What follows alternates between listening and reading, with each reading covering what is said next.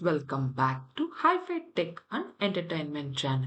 In today's video, I will explain you how to use the singleton entity, what is it, in which OData we will use.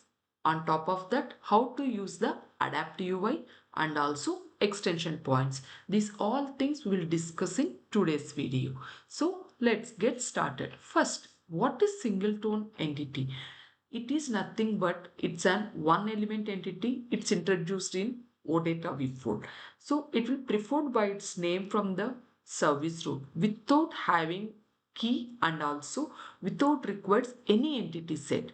How to define it? We can annotate it with an entity at the rate of odata.singleton or singleton.nullable. This thing mainly we will use this singleton in CAPM projects. I will show you how to use it now. So what I will do is in my Fury in this case what I will use is I will use a singleton entity in a SAP Fury Elements application for OData before.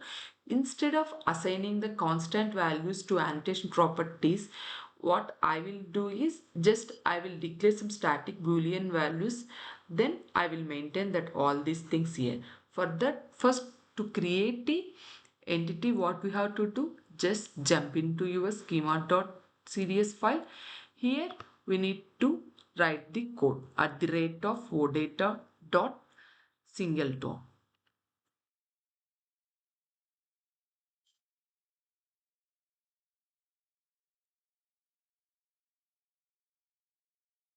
Here at the rate odata.singleton. Then we need to define the entity and entity name. And these are the properties I maintain here: minimum value, max value, and all these things. Once this is done, what I have to do is I need to maintain the data for this. Where we need to maintain? Just within the DB, within the data, we need to create a file name, new file, and the same naming conventions we have to follow.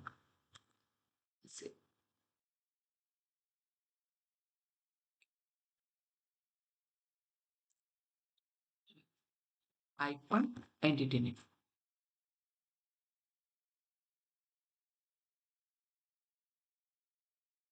dot CSV file. So within the file, this fields dummy data, we need to maintain it here. Once it is done, then we need to create a service. In case if you don't know how to maintain this CSV file, what we have to do is just we have to do CDS add data. Then for all the entities, whatever the files is missing, that files will generate. Then we need to generate a service. Go to your travel underscore service CDS file. Here we need to call the entity. Already so many entities. Here it is. Here I will maintain the entity space supplementary scope. Yeah.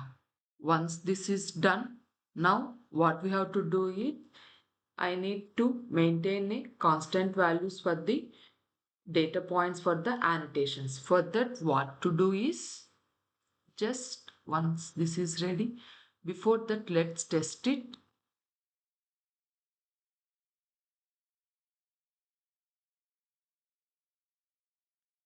Yeah.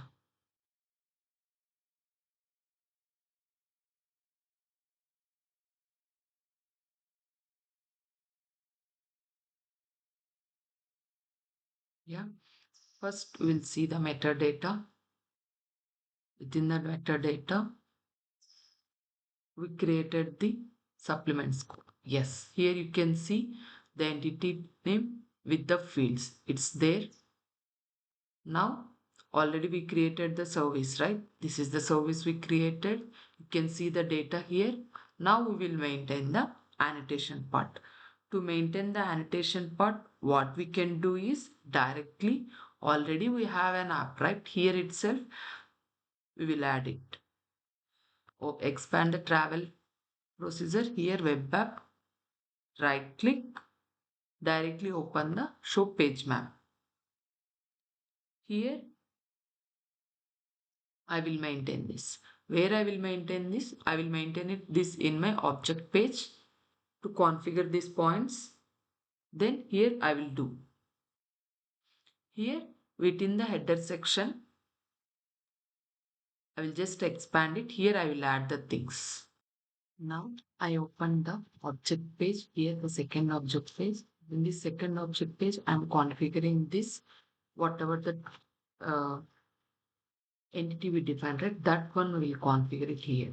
Now, once you expand it here, just open the edit the source code. Once you click on edit source code, here we will maintain the all the properties whatever we defined in our entity. Here we need to add the UI data points to capture things. So already we have the booking ID, then this is not required. Just add the only data points here. That's it.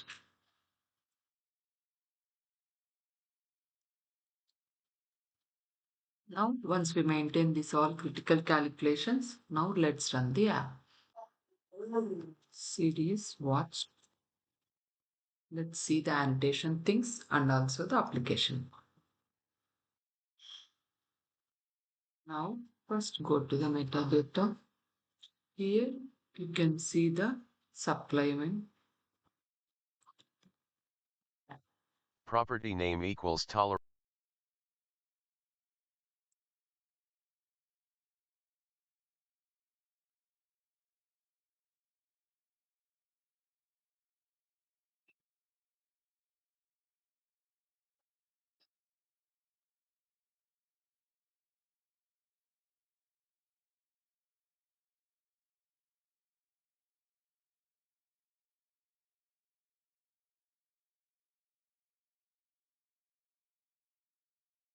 Then go for the application and see the targeting things. I mean, whatever we maintain, right? Minimum value, maximum value, that all things.